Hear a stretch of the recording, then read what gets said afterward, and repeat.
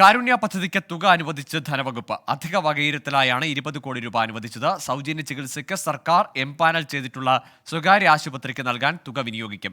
S Jaishankar ചേരുന്നുണ്ട് വിവരങ്ങളുമായി. തിരുവനന്തപുരത്ത് നിന്ന് ജയശങ്കർ, പലതരത്തിലുള്ള പരാതികൾ നേരത്തെ ഉയർന്നതാണ്. പല ആശുപത്രികളും ഈ ചികിത്സാ സഹായം നൽകാൻ മടിക്കുന്നു, അവർക്ക് സാമ്പത്തിക ബാധ്യത ഉണ്ടാകുന്നു എന്ന തരത്തിലുള്ള ആക്ഷേപങ്ങളൊക്കെ ഉയർന്നതാണ്. അതിനൊരു പരിഹാരമാകുമെന്ന് പ്രതീക്ഷിക്കാമല്ലേ?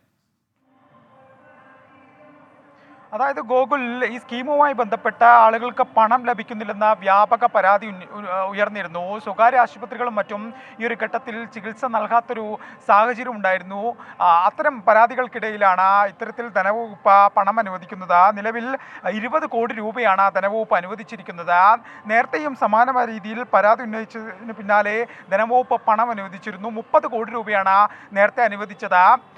ആകെ മൊത്തത്തിൽ നിലവിൽ ഈ സ്കീമുമായി ബന്ധപ്പെട്ട സ്വകാര്യ ആശുപത്രികൾക്കും ഒപ്പം സർക്കാർ ആശുപത്രികൾക്കും ഈ ചിലവിൽ വകയിരുത്തിക്കൊണ്ട് 50 കോടി രൂപയാണ് സർക്കാർ അനുവദിച്ചിരിക്കുന്നത്. ധനവകുപ്പുമായി ബന്ധപ്പെട്ട വലിയ തരത്തിൽ ഇത്തരം കാരുണ്യക്ഷേമ പദ്ധതികൾക്ക് പണം അനുവദിക്കുന്നില്ലെന്ന വലിയ ആക്ഷേപം പ്രതിപക്ഷം ഉൾപ്പെടെ ഉന്നയിച്ചിരുന്നു. ഈ ഒരു ഘട്ടത്തിലാണ് നിലവിൽ 20 കോടി രൂപ കൂടി അധികം അനുവദിച്ചുകൊണ്ട് സാധാരണക്കാർ വലിയ തോതിൽ ആശ്രയിക്കുന്ന ഈ ഒരു പദ്ധതിയെ മുന്നോട്ട് കൊണ്ടുപോകാനുള്ള ശ്രമം ധനവകുപ്പ് സ്വീകരിച്ചിരിക്കുന്നത്.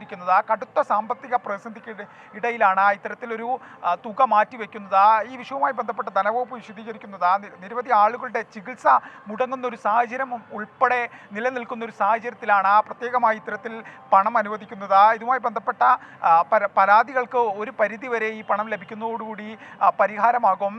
വരും ദിവസങ്ങളിൽ തന്നെ ആശുപത്രികൾക്ക് ഇത്തരത്തിൽ ചികിത്സ നൽകിയതുമായി ബന്ധപ്പെട്ട ഇനത്തിലുള്ള പണം ലഭിച്ചു തുടങ്ങും. എന്തായാലും വളരെയധികം ആശ്വാസകരമായ ഒരു തീരുമാനമാണ് ധനവകുപ്പിൽ നിന്നുണ്ടായിരിക്കുന്നത്. ഗോകുൽ, ശരി. ഏതായാലും ചികിത്സ തേടിയെത്തുന്ന പാവപ്പെട്ട രോഗികൾക്ക് പ്രതീക്ഷ നൽകുന്ന വാർത്തയാണ്. കാരുണ്യ ബെനവലന്റ് ഫണ്ടിലേക്ക് 20 കോടി രൂപയാണ് സർക്കാർ അനുവദിച്ചിരിക്കുന്നത്. ജയശങ്കറാണ് വിവരങ്ങൾ നൽകിയത്.